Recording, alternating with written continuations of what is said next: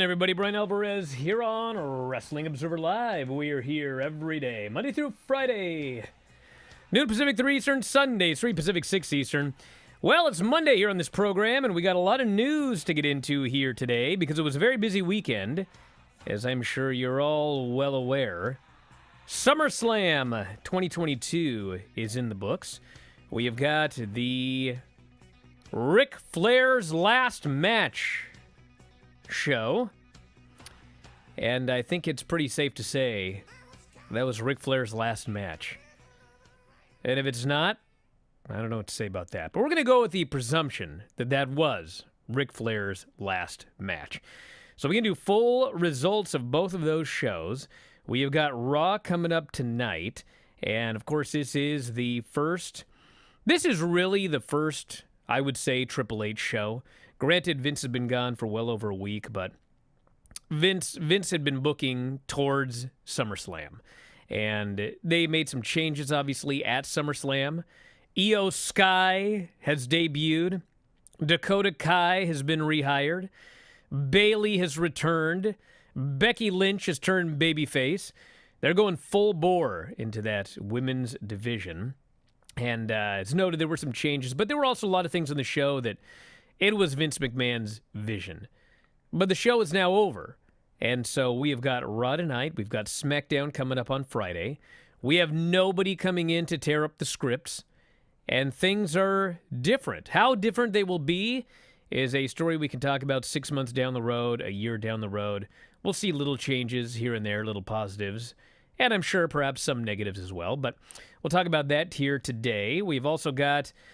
Well, let's see. I watched Tom versus Lance Archer, Tom versus Jonah, Zack Sabre Jr. versus Hiroshi Tanahashi, and SmackDown and Rampage.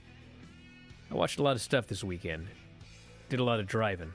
But I'm back and ready to go. So back in a moment, Wrestling Observer Live.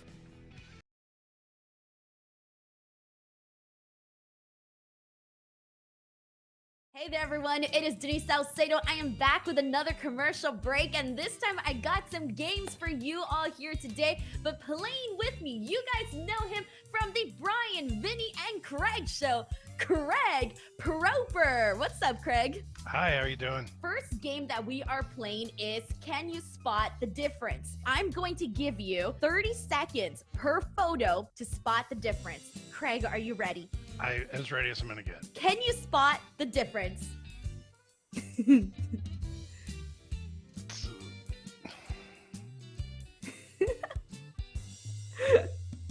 I can see you thinking, Craig. Oh my goodness. 15 seconds have gone by. Yikes. Time is... It's the star on Brett's boot. Yes, yes. All right, you got it. For those of you who are watching the video, it is definitely the star that is missing in Brett's boot over on the right image. What is different in this picture?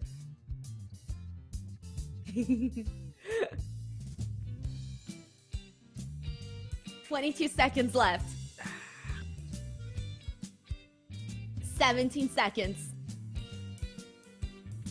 We're down to the wire, Craig. Oh my goodness. 10 seconds. 9, 8, 7, 6, 5, 4, 3, 2, 1. You don't have it? I don't.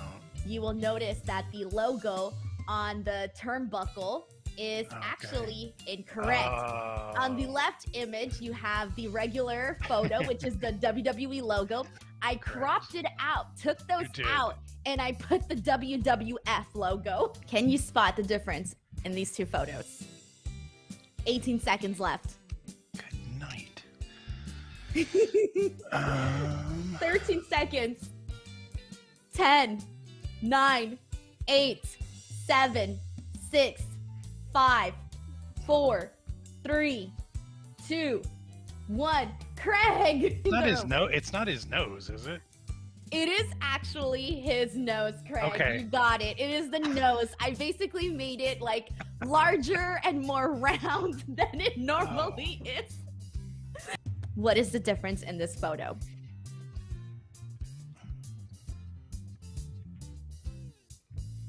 ...19 seconds left.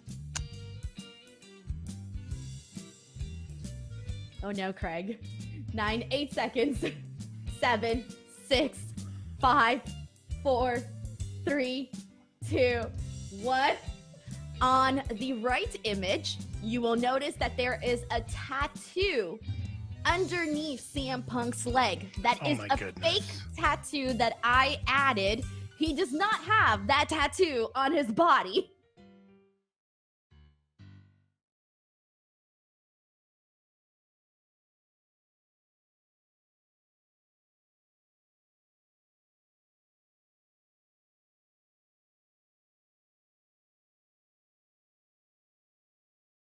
Back on the show, Bryan Alvarez here, Wrestling Observer Live. Mike Sempervive, also of WrestlingObserver.com. Before we get into the shows, I do want to say that on Saturday, I was watching SummerSlam, and Becky Lynch took the Jaded and landed sideways. She landed on her side.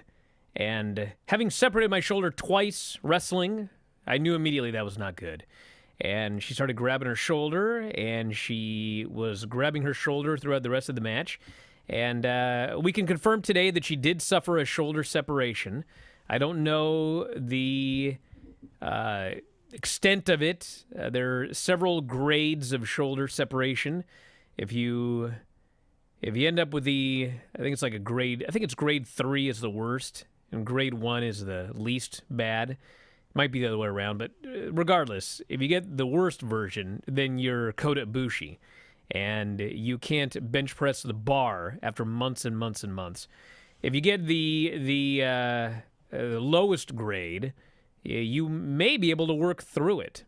So it depends on how serious. She did finish the match, and she was using her arm, and she was favoring it, but she was lifting and doing all of her spots. So I'm hoping it is an injury that she can come back from very quickly. So that's the update there on Becky Lynch.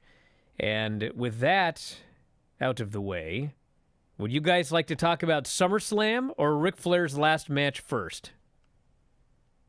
Anybody?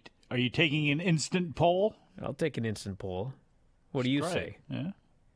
Well, you don't get a vote now because the chat just exploded. Everybody wants to talk about Ric Flair's last match. I had a feeling. We'll talk about SummerSlam next, everybody, but yes. Yesterday was Ric Flair's last match, and with the exception of the women's match, because I was busy refereeing my own women's match here at the house, I saw every match on the show. And the undercard was a solid undercard where nobody really got a lot of time, with the exception of the Rey Fenix, Bandito, Laredo Kid, and Black Taurus. They did give 11 minutes and 50 seconds.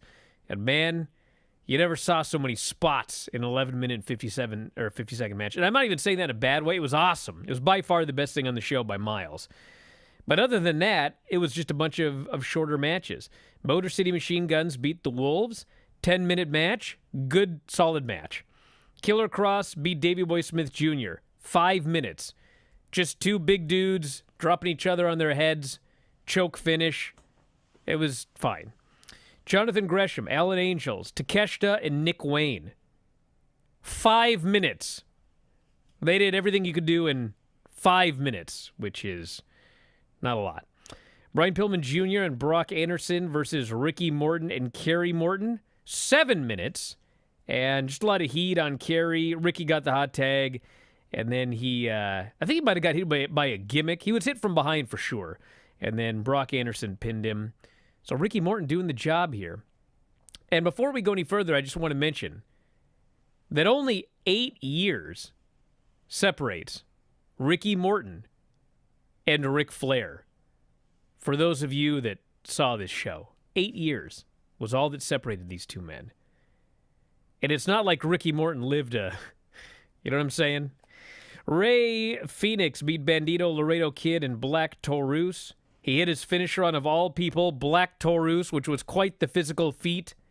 Match was fantastic. Go out of your way to watch that one. Josh Alexander and Jacob Fatu. This match was really good, and then they had a horrible finish. They went 10 minutes, and then dudes just ran in. Everybody booed. It was a DQ. It was the lamest finish you ever saw in your life. Jacob Fatu looked awesome in this match. Josh Alexander is always excellent. This was very good until this horrific finish. And then Diamond Dallas Page jumped the rail and hit a diamond cutter on Matt Cardona. And DDP, 66 years old, everybody. 66 years old. Which means 7 years separates DDP and Ric Flair. 7 years for those of you that watch this show. Briscoes beat the Von Erichs. They got about 7 minutes. It was fine. The Briscoes are fantastic, and the Von Erichs, it was the battle of farmers. That's what this really was. Then we had Jordan Grace beating Deonna Purrazzo and Rachel Ellering. I did not see that match. And then the main event. Ric Flair, Andrade El Idolo against Jay Lethal and Jeff Jarrett. And you want to see a physical specimen who could still work? Jeff Jarrett. That dude impressed me. 55 years old. And boy, he was... That guy can throw punches. He can move. And he's not even a regular. That's like a part-timer that's doing like executive work for WWE. Let's talk about Rick. The moment he came out on the ramp,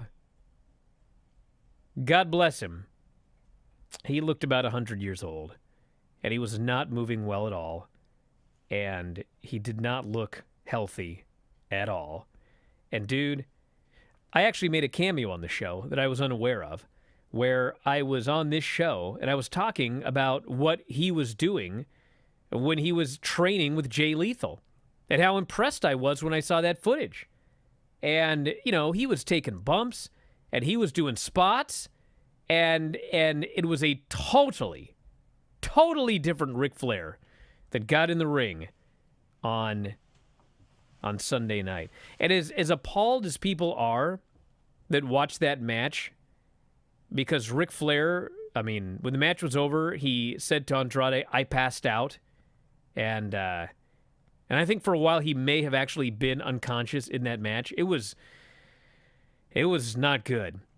And as appalled as people are, and there are a lot of people appalled at what happened on Sunday night, the fact of the matter is, if the Ric Flair that had done those training videos with Jay Lethal, if that Ric Flair, and that was not that long ago, that was like a month ago, 2 months ago, if that guy would have been in the ring on Sunday night, I don't think people would have been appalled.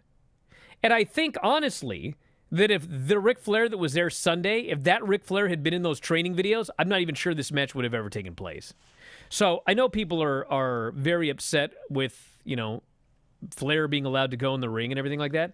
But, honestly, if you watch those training videos, it was I don't want to say night and day, but it was very, very different than what we got on Sunday night.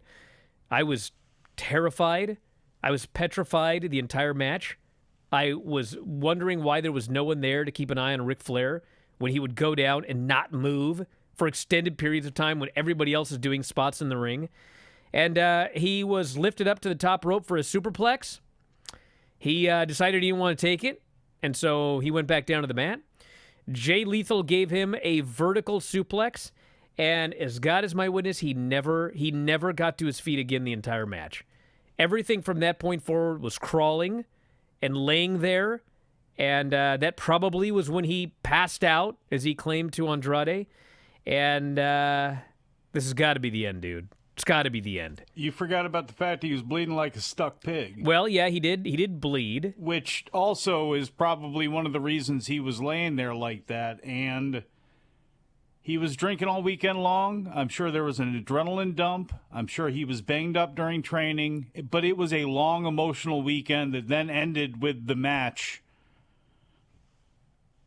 There were a lot of people I know that benefited from this weekend. So, the fact that they put the whole convention on and everything that was surrounding it, that was cool with me. I never needed to see Ric Flair back in the ring, after Shawn Michaels, let alone after the deal he did with Hulk Hogan in Impact. But that's Ric Flair. So it's one of those things where you can't stop this man from doing what he wants to do. A medical board could, but there was none that did. And we see his training. For what he's been through, it was amazing. But I still didn't need to see it. But it was as simple as you either ordered it or you didn't. And everything seems to be okay coming out of it. We haven't heard anything about anything with Ric Flair. But for me, the way I was able to tolerate it because I hated watching it. I hated it. David Crockett was so happy. And Doug Dillinger was there. And for a guy that grew up on all of that Mid-Atlantic Championship Wrestling, that stuff, to celebrate that was good. The match itself, it goes down in history with what it was. Back in a moment, Observer Live.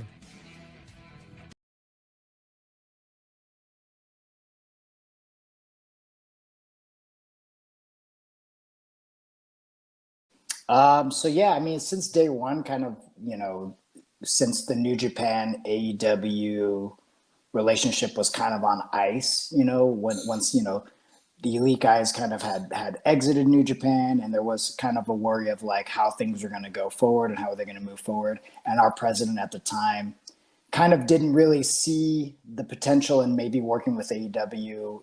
We already had partners in ROH and CMLL, so like maybe they were thinking like, well, let's see how this AEW thing turns out before jumping into it, so we don't offend our partners. And, obviously those guys had left ROH too. So like it was a very messy, complicated situation. So now, jumping forward to, I would say about a year and a half ago, when Kenny called me and had, pitched the idea of kind of opening the doors a little bit. Obviously Moxley was still kind of working with New Japan, and Jericho was as well. But the Kenny and the Bucks were obviously a pivotal, important part of New Japan prior to AEW.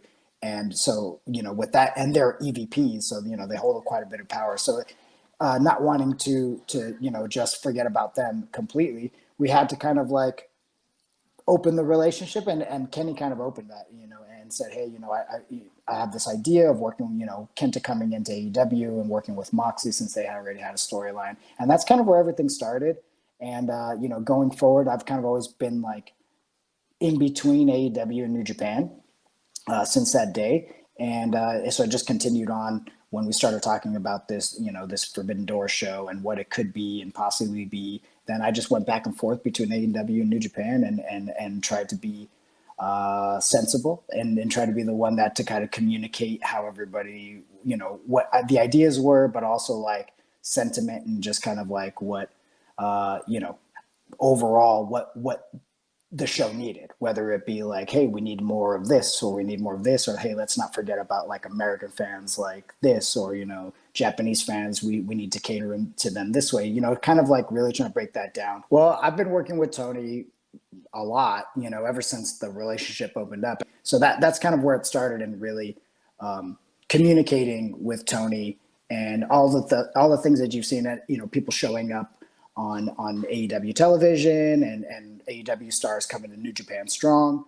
That's all been, Tony and I going back and forth. So, definitely built a really solid relationship between New Japan and AEW, where I know Tony has said this, where like now I could, truly say that both companies have trust in each other and confidence in the relationship. So that's really been the most important thing in all this is building that.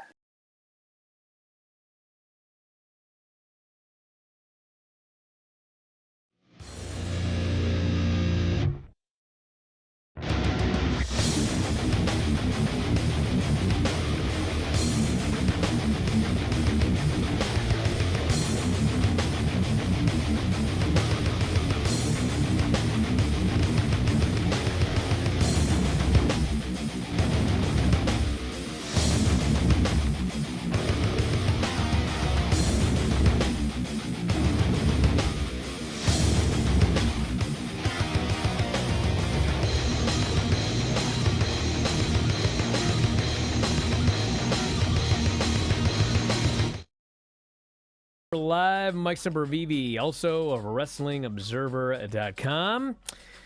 Well, hey, at the end of the day, I mean, there was a lot of people there, and I was told that I think it's Keith Mitchell. Was he the Impact guy? Keith Mitchell, right? Yeah. Keith Mitchell, yeah. I mean, longtime WCW I confused him class. and Kevin Sullivan for some reason. But Keith Mitchell, he had retired, and he actually came back to do this show. and you could tell watching it. I mean, it looked packed, and the production looked very much like an Impact show. And, you know, there were all sorts of names from the past that were brought back. And nostalgia-wise, I mean, I enjoyed the show. I liked the nostalgia, you know. A huge fan of David Crockett. I watched all those. I'm the biggest fan, maybe, of David Crockett. You are. Yeah. And, hey, you know what? Andrade and Jay Lethal and Jeff Jarrett, they did a great job in the match. Undertaker was there. Mick Foley was there. Obviously, DDP, because he made a run-in. Dolph Ziggler as Nick Nemeth was there. So they had a lot of names. And Boogie Woogie Man backstage. Jimmy Valiant was there. We never saw him, but he was there. Yeah. So I think at the end of the day, Ric Flair, honest to God, I don't think he's ever going to wrestle again. Oh, no. And, no. You know, Charlotte, she was there. And she didn't put her foot down on this match, but she did put her foot down on certain things like the dive to the outside, which in hindsight she didn't need to bother because it wasn't going to happen. But I'm pretty sure that his family would put their foot down if he tried to do this again after. I would hope, just for what everybody else, I think, in the world, I don't know, maybe, look, some people, I guess, were dying for a snuff film, but this was like watching, like, the Wallendas, like Carl Wallenda when he was old, like, you know, and that didn't end well. And it's like there was part of this where it was being, and it wasn't, they weren't selling it directly this way, but when you watch the videos and everything and you know what this guy has been through and you think about what Ric Flair would do in a match, including Blade, when you have a heart that, I mean, it was being sold for a lot of people on, will this guy die, or we could see news or history or whatever you'd want to call it, and it was macabre. It was, But the flip side of watching Ric Flair my entire life, if that would have been it for Ric Flair, would he have been incredibly content with that? You see how he talks about how at this point it was so important for my career that Vince put the woo back in. It was so important. This match was the most important of my life. This is what he is. He is never anything else besides Ric Flair. And when he stopped being Richard Morgan Flair a long time ago, this is what he is. So in that way, if it was going to be the end, I don't think, could he have went out any other way with his entire family, his whole wrestling family, and really everything that how he looks at himself, whether for good or for a lot of times really bad? He's Nature Boy Ric Flair. Well, I will say this. My point in all of this is I don't think you're going to see another Ric Flair match, but I would not be surprised. You keep saying that. My point is, Flair's not going to wrestle. Can I finish here? Damn it. Flair. Well, go ahead. Flair is not going to wrestle again, but I am quite confident that Conrad is going to promote another show because, you know, the Flair match aside, the whole weekend was a big success, and I think everybody did very well, and I think that he's going to want to do this again. Will he do another show like this? Will he just do another independent show? What's he going to do? I have no idea, but this was, to me, clear. And actually, apparently, during they had all those Q&As. And I think during the Q&A, he jokingly asked Mick Foley if he wanted to do another match, which I think would be a bad idea. But, you know, I looked up and down that show, and, you know, would it be the worst thing to see DDP do one more match? Dude, I saw that guy. I wouldn't be worried about him doing another match. And, you know, I'm sure there are some other guys that, you know, they could arrange something to do something similar to this. So I think we will see another show of this nature, but I don't think you're ever going to see the Nature Boy doing a match again. And by the way, you guys can take that to the bank. You guys don't believe this? Huh? You don't believe this? You didn't believe me when I told you everything's going to be fine with Bianca Belair. I told you guys this. I told you guys this in December, and nobody believed me. I told you this when she won the Royal Rumble. Nobody believed me. I told you this at WrestleMania. Nobody believed me. Now she's beat Becky Lynch clean in the middle at SummerSlam in front of 38,000 people. Unless you're Kane that it was 48,000 people. Are you going to tell me she's not doing well now? Huh? Should I talk about SummerSlam? Or do you have more to say about the Nature Boy? I'm just amazed that you had to really ram home the bridge of Ric Flair's not going to have a last match to get to the fact that Conrad's going to promote another show again. No kidding he's going to. This was his 5th one. What, has he booked it? What do you mean, no kidding? Of course we're going to have another match. You know what? Maybe it's going to be Bryan Alvarez's last match. Are you free? I could use an opponent. Hey, listen, all you have to do is lay on the mat for 15 minutes. Huh? What kind of rules is this under? Can we wait for a GCW type of weekend and we can actually do what you want to do a barbed wire match? No. Yeah. Yeah, I mean, we could actually mix things since we can merge Bloodsport with that. Weren't you just talking about how you're trying to talk your kid out of wanting to cut himself, and now you want to do your only match as a barbed wire match? I don't want my kid to cut himself. Proud. As far as me cutting others, I mean, in certain cases, I think that would be fine. That would be fine. Why don't you talk about SummerSlam? Well, if that's the case, I got a match. You were right on Bianca Belair. I got a match. Me and John Moxley against you. Who would I want for your partner? Oh no, I get to choose. Maybe Craig. I get to choose. No. I get. But to anyway, choose. Moxley's gonna hold that blade. No. You ain't gonna be cutting nobody. Oh, you can. I'm gonna bring in the Ripper. Hey, one of us is a lot more vain about our looks than the other is, pal. So if I'm not the one anybody hiding behind my worry microphone about that match, it would be you. Okay, let's talk about SummerSlam. So this show was really good for about an hour and a half, and then it became an old school Vince McMahon, Kevin Dunn, excruciatingly long, 85,000 video packages, dudes coming out to fake the attendance, insufferably long ring entrances, the whole 9 yards. But it started out really good. Old Man River. I was so excited. Old Man River. I was so excited when this show started because it's the first Triple H pay-per-view. And literally, the show starts and Becky's music hits. They didn't have a video package. We didn't have 15 minutes of rigmarole. It was like they got her down to the ring. Then they got Bianca down to the ring. And then they had a very, very good match.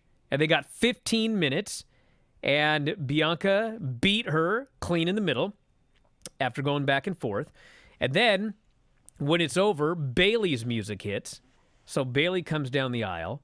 And then Dakota Sky, who had been fired, she got rehired. She comes down the aisle. And then the music hits, and out comes the former Io Shirai, who is now Io Sky, which like a lot of people are furious about, but listen, everybody. Some of this is a Vince thing, like when Vince gets weird about, I don't want anyone to be called Junior, okay? But I'm sure that Nick Khan and Stephanie, they're probably the ones behind, listen, we got to brand these people. They all have to have a new name. We don't want them leaving and using their WWE name somewhere else. Everybody's going to get a new name. And Io Shirai was the Queen of the Sky, right? That was her gimmick. So now she's Io Sky. I don't think this is the end of the world. I don't know why everybody is up in arms about this one. You should be happy that she got immediately signed to a main roster contract and got called up the second Vince was out of there. Should be happy about that. Who cares what her name is? You could call her Hot Dog Ferguson for all I care. She's on the main roster and she's going to be wrestling. So they came out and I was like, my God, look at this. He brought back Dakota. He brought up Io. Bayley's back. Becky has turned babyface. She's a babyface again, thank God. Bianca beat Becky and is a big, huge star. Like, this women's division is on fire. It's the first thing that happened on SummerSlam. I was over the moon with joy. Then Logan Paul beat The Miz in a good match. 15 minutes. And, Logan Paul looked great at WrestleMania, but, bro, he's in there with, Rey Mysterio but this was a singles match with The Miz, who is not renowned for his singles matches. Hey. And he's not. And they had a good match. Logan Paul beat him. He did so much impressive stuff that, believe it or not, they actually cheered Logan Paul beating The Miz. He was a babyface when this was over. We'll see how long that lasts. But a good match. Give The Miz credit. He may not be great when it comes to your average everyday wrestling match, but when it comes to these celebrity type of deals, he is very, very good. And he did his job with Logan Paul perfectly, including getting that crowd to turn the heat back on himself. More SummerSlam after this break, everybody. This commercial break to pay the bills for this national radio show, which is called Wrestling Observer Live.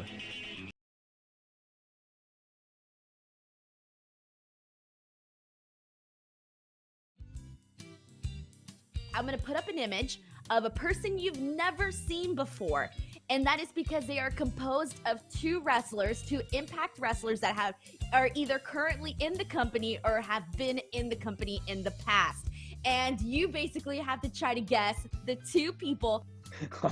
I might be terrible at this, but I'm ready, yeah. Let's do it. All right, first one up. Who are the two wrestlers in this photo? Oh my goodness. Kurt Angle. Correct, that's one of them. Just the suit gave him away. Oh my goodness, this beard. Not James Storm, maybe? I don't know. No, but it is, you're close with the beard though. Yeah, I mean, yeah, Gunner? No, oh, that's a close one too. Okay, I'm gonna give you the answer. Are you ready for it? Yes. The other person that we were looking for was Matt Cardona. Yes. The very, very thick beard. I should have known. Here we go. Who are the two wrestlers in this photo? Well, that's PCO. Correct. For sure. And oh my goodness, the goatee should be the dead giveaway, but the eyes should throw me off so much. The eyes are, I actually feel like I see the second person in the eyes. The color of the eyes especially. A little bit in the nose. Jeez. I'm terrible at this. I can't even guess. All right, here we go. I'll give you the answer. Are you ready for it? Yeah. Okay. The second person was Rhino. Oh, yes. You right. see it now, right? Yes, automatically. That's what I said. I'm just going to be bad at this. Jeez. What two women are in this photo? Jesus. Deanna? Deanna, correct. That's one of them. Yeah, the eyes were a dead giveaway. Oh my goodness. I mean, I'm trying to guess what the hair could be. We need Jeopardy music in the background. I know, right? I'm like, I mean, Taryn Terrell? No, but you were kind of close. The answer we were looking for was Taya Valkyrie. Oh. What two people are in this photo? AJ Styles. Is it AJ Styles? Yes, yeah? that's correct. Okay, because it could have been Hornswoggle. Oh my goodness. It's just like a haggard AJ Styles. I'm really bad at this. It's the nose for sure, and the eyes that are supposed to give this away. Is that me? Yes. Oh, that's brutal. At least I got one. That's why I was dying in the background.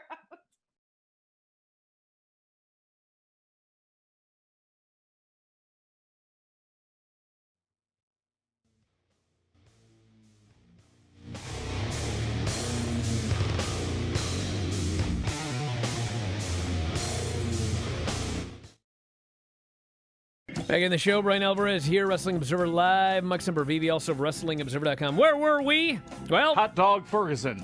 Bobby Lashley and Theory. Man, I got a love-hate relationship with the way they book Theory on this show because I'm sick of the guy. I'm glad that he didn't win the title. But, golly, holy smoke-a-moles. After having to sit through 45 minutes of Austin Theory segments on every show for the last month, what was the payoff? Should I add all that time up? 90 minutes a week for 4 weeks, 360 minutes. Yes. That's six hours of Austin Theory I sat through for the last month. 6 hours! And what was the payoff? Well, he faced Bobby Lashley. Lashley squashed him, beat him with a hurt lock in 5 minutes. Then, as we'll get to later, It was awesome. during the main event, he ran out. This idiot God bless the guy, but in storyline, he's an idiot. This idiot sees Roman Reigns down, and he decides now's a great time to cash in. He runs down to the ring. Brock's right there, but bam! Kills him. He's dead. That was the whole Austin Theory gimmick on this show. In a last man standing match, all he had to do was wait till both guys were down, then run down and do that, I guess, and hit both in the head. If he can join mid-match like he was planning on doing, he could have waited to see what would have happened. But no. So no. I liked, there was the aspect of me that liked that they didn't do anything with him on the show. But there was the aspect of me that was like, God, I sat through 6 hours for nothing. And now there's the aspect of, well, now he's still got the briefcase. We're going to keep going. Somebody, by the way, had a great idea. Which it doesn't really work because you don't actually have to give the contract to the referee. But after the briefcase was obliterated, they were like, man, Roman should get beat up and he's down and he's dead. And Theory goes to cash in, but he tries to open the briefcase, but it's jammed shut because it's been smashed so badly in the last man standing match and he can't cash in. Anyway, you're not looking at the Theory Lashley thing with the fact that Lashley didn't have to lose at any point to Austin Theory with the way that Theory's been I'm certainly booked. happy that Bobby Lashley's the champion. The guy's super over. The fans love him. Exactly, and it looked awesome with him doing the roll into the ring and jumping up and then getting caught in the press slam down into the full Nelson. I thought that was cool. So I have no issue with this. You're going to have Theory crammed down your throat anyway. So at least, again, I don't know. Let's see how it goes tonight. They have made him look like a goofball. And yes, they made him look like less of a goofball in some ways, I guess, on Sunday night. But if it continues on TV, they have got to be doing the thing where they're tearing him down to build him back up again, because otherwise, tonight should be the night Theory starts actually kicking some ass and not being such a geek, because Drew comes out there. He's a star. Bobby Lashley's a star. Roman Reigns is a star. Brock Lesnar's a star. They're looked at as stars. Even Riddle, Orton, who's not there, but Rollins, those guys, all of them are looked at, I think, in a better light than Theory is, and people believe in all of those other people far more than Austin Theory. So at some point, he's your guy of the future. You need to build stars. Let's start getting it going and actually making this guy a serious figure. We had the Mysterios beating the Judgment Day in a no disqualification match when, as expected, Edge returned. Who is not, by the way, The Fiend. He returned. He helped the Mysterios win. He's a babyface. And I was watching the match, and he came back, and I thought, my God, with his new haircut and everything like that, I was like, this guy looks exactly like DDP, and he moves like him, too.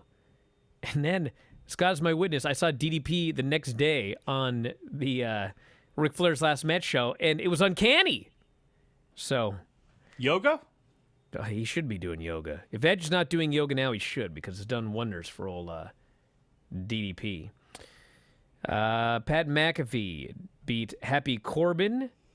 It was all right. It was not a great Pat McAfee match. He was sloppy on a lot of things. It wasn't a bad match at all. I mean, it was, the match they did was like a, it was a good match. I'd say it was pretty good. But he was sloppy on things, and he looked like a green wrestler, as opposed to before when he was like an outsider who blew you away with how good he was. Now that he's been doing matches, now he's going to be judged, and this will happen to Logan Paul as well, to the same standards of everybody else in the company. And this was not a great Pat McAfee performance here. Yeah, but to be fair, for a lot of people that didn't see it, it's not like this was a botchamania type of match, because McAfee's such a great athlete. He was actually able to overcome it, jumping up, and he lands on his knees on the ropes, but then he's back up on his feet. And the wobble when he was going to do the dive to the outside, which, that was, that Taurus, was it Taurus and Bandito? No, it was Taurus and, during the pay-per-view where he saved a man from breaking his neck. That dive by McAfee, I wish Corbin was a little bit more underneath him, because, Okay, I should mention here very quickly that I am not 100% confirming this, but since everybody is asking about it, I do have one source who is saying that, yes, Sasha and Naomi have made a deal to return. So we'll know more, I'm sure, within 2 hours. But I'll just say I think it's true. I'm pretty sure, but I can't say 100%. And if anybody out there, though, until it breaks, 100%, if you have any questions at all, at Bryan Alvarez, he loves answering questions about the boss. No, don't start this stuff. We had the Usos beating the Street Profits, and they just beat them. So I think they must be splitting them up. No, which is a funny story. But I told the story on the Bryan and Vinny show, but essentially, it's a long story. Can they both go heel then? If that's what this is about, because why would obviously they break up and both go heel? Because I would rather just have them somehow break up, because I want to see Angelo Dawkins with MVP, so he has somebody besides Omos, and I don't think Montez Ford needs anyone. And I would rather see it that way than have Montez, the way this is being framed right now, turn on Dawkins, and then, I don't know. Dawkins he's gotten a lot better, and I think he can be something. He's big. There's really an upside to him, but I would love to see him with MVP as somebody. I think that, again, it helps out MVP immensely, too, by just having Omos around, and you could actually, I can think of Dawkins and, Bobby Lashley would be something I would like to see. Liv Morgan versus Ronda Rousey. They got 4 minutes. They got their time cut. I was told because of Logan Paul and The Miz, but it was Ronda putting in one armbar after another. Liv kept getting the ropes. Ronda got mad. Finally, she puts her in a straight armbar, and Liv Morgan taps, but the referee's counting Ronda's shoulders. And so even though Liv Morgan tapped out before the pinfall, only the pinfall counted because that's what the referee saw. So Liv retained the title. And then Ronda beat up Liv, which is a heel move. Then she beat up the babyface, which was a babyface move. So we'll find out tonight or Friday. The referee. Or the referee. What did I say? The babyface. Yeah, beating up the babyface is not a babyface move. Well, it's a babyface ref. Beating up the ref is a babyface move. But we're going to find out tonight or Friday what the deal is with Rousey. But I think everybody knows the WrestleMania big match is going to be Ronda Rousey versus Becky Lynch. And if Becky Lynch is going babyface, Ronda Rousey should be turning heel sooner rather than later. She should just have done it anyway, for sure. And then Roman Reigns and Brock Lesnar, last man standing.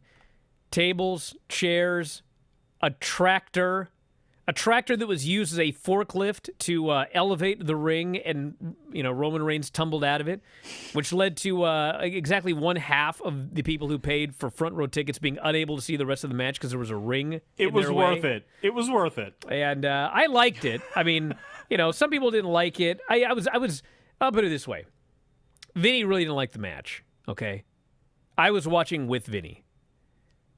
At the time, I was very irritated watching the match because there had been an hour, with the exception of the Ronda Rousey-Liv Morgan 5-minute match, it was an hour of videos, entrances, here comes Kane to lie about the attendance, another video, here's Roman Reigns taking 6 minutes to walk to the ring, here's Brock Lesnar taking 12 minutes to drive a tractor. I'm like, bro, it's hot in this room. Get the show on the road, dude. So as I'm watching, I'm irritated. But then, after it's over, and then you think back about what they actually did, I liked the match. It was fun. They did all sorts of crazy things. They're teasing that it's the last time they'll ever wrestle, which this is a key. Because I've been right a lot, and people don't like to acknowledge it. I realize we've seen this match 7 times. I realize that if somebody gets hurt, y'all think they're going to go back to Brock Lesnar and Roman Reigns, okay? I know you all think that. But listen, Vince is gone. He's done, okay? He's gone. They don't need to ever go back to this match again. Someone else in charge can find somebody else to face Roman Reigns or whoever. And if you don't believe me, I believe that Paul Heyman, who is a really smart guy who's been around the block, I believe that he believes that this is the last time they're ever doing a match because that dude took an F5 through a table. And he ain't doing that if he thinks in 3 months they're just going to do this match again.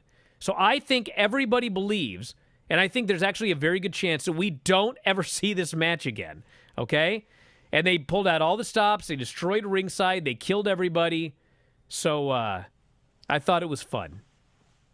I think we could see this match again, but not for a few years and not until a WrestleMania. I don't even think they'll break this one out if the Saudis ask for it. You know what I'm saying? I think it's better at this point. The Saudis already saw it at least once. Well, you know, again, if they wanted to pay for it again, like I wouldn't even put that one on the table because it's one of those things you have where, God bless them, if their bodies don't break down, I bet you in like 3 years, 4 years, Brock still looks pretty much the same. And even if he didn't, who cares? It would be Brock Lesnar. If he came out there with a gigantic beer gut, but an even bigger hat, nobody would give a crap because it's Brock. Roman's probably going to look the same in like 4 years. You could go back to it then. There are too many other people. There are too many other things you need to do and build up. And there are just a ton of other ideas out there. Roman's still your champion. Brock is still Brock. Paul got laid out, which was awesome. And the match was a spectacle, and it wasn't all that great. But the whole show, it was okay. But the spectacle aspect of it is what made it for me, even with the time, even with it being long and all that stuff. It wasn't a great wrestling show, but as far as WWE goes, when you have Logan Paul and you have the Mysterios winning clean and like a lot of that stuff, well, I guess not clean with Edge, but regardless, look, I thought it was a decent enough night. If you're trying to put it up against Tokyo Domes or old Manias or something like that, like, I don't know what to tell you, you know, but this is WWE now. And prepare for 2 or 3 celebrities if they can fit them in on every tentpole show, guaranteed. Well, that's those shows. We had SmackDown as well, which is, you know, at this point, it's a lame duck show. Filthy Tom and I are going to be up at 4 Pacific, 7 Eastern today. And we'll talk about his G1 matches. And this week's show is just going to be a potpourri. Whatever we were able to watch, each of us, we're going to review. So there's no set schedule. So anyway, we'll talk about that more after the break. Observer Live.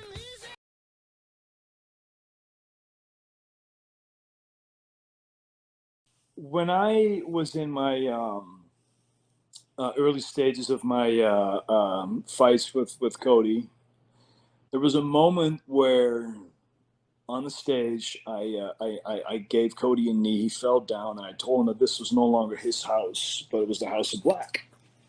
And then fans, because the camera audio was on when I said it, fans started chanting House of Black. And at that point, it kind of got me thinking. And then later on, it was a hashtag on Twitter. Though I am clearly not the biggest social media lights in the world, it caught my attention. And I started thinking, and I always had ideas, you know, because even this installment of what is the House of Black is something that I did over 13, 14 years ago with similar stables with like the Sumerian Death Squad and stuff like that. But now doing it with all the expertise that I have, all the knowledge that I have with, you know, the experience that I've gained over the course of those added 14 years on top of what I was already wrestling, and the success that I had back then, which is ironically the thing that got me noticed to, you know, move towards the United States, etc. I think in this installment, I think it makes a lot of sense to have a guy like Brody King and someone as Buddy Matthews. They have always been intertwined with me somehow, some way, and I presented the idea to Tony. I said, "Look, this thing kind of grew wings. And if we were to make this an actual existing faction, an actually existing thing, what do you think about Brody King? What do you think about Buddy Matthews?" And he was sold on the idea literally instantly. Julia was an idea that sprung up on us as one of the stories was unfolding, and this thought process that we had that certain elements that I do changes people or influences people, and whether or not that is supernatural, I always let people decide, because I, for the most part, actually don't do anything that would describe as supernatural. I think a lot of what I do or present is psychological, because I find that much more terrifying. You know, the human mind is a terrifying thing, implemented incorrectly, especially. And so we started kind of like messing with this idea of having someone, how do I explain this without giving it away? Having someone thinking that they were influenced because they wanted to get away from something versus actually being influenced, and then in our own way, kind of like, I wouldn't say exploiting that, but using that. And slowly we're moving forward. She definitely has her, she has her homework, and she definitely has to, earn her keep in that regard. And she's working hard, and we keep her on her toes.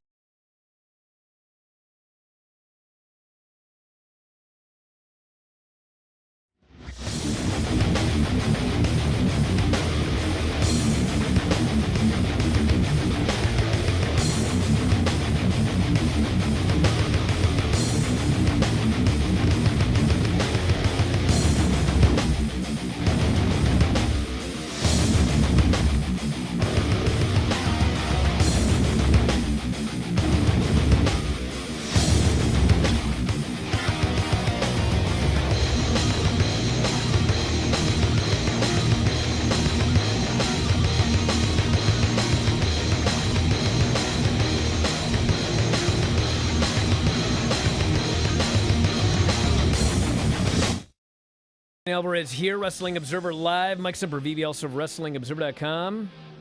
Raw's tonight feels like it's going to be hot. Hot! Yeah, the whole company feels hot right now. I'm so happy Vince is gone. Have I mentioned that? Hey, look, It was just time, dude. It was I time. know, and look, there's Besides all the other stuff, by the way. Nobody I like more than DJ Convoy on the board and on Twitter and all that stuff. Always been a great supporter of everything I've ever done. And I see him out there, and it's like he's got the same timeline you must do right now with some of the knuckleheads he has to deal with. And I think he's got to deal with people that are celebrating like everything's different, everything's changing. And no, it's not going to be. It's going to be a slow process. But at least there's something.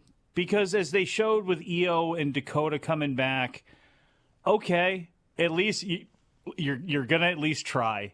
You're going to at least hear some of this, and at least I'm not expecting the world. I'm not expecting WWE to ever be my favorite wrestling promotion in any way, but as long as the shows are more fun and entertaining and easier to watch when they're 3 hours long, I'm for it. Give me some new stars. Give me some new stuff. I'm in. I'm a wrestling fan. I'm willing to buy in.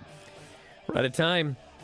Later today, 4 Pacific, 7 Eastern, myself and Filthy Tom Lawler, straight from the G1, will be live at twitch.tv. I'm sorry, video.f4wonline.com. Sorry, Twitch homies. Video.f4wonline.com. You know what?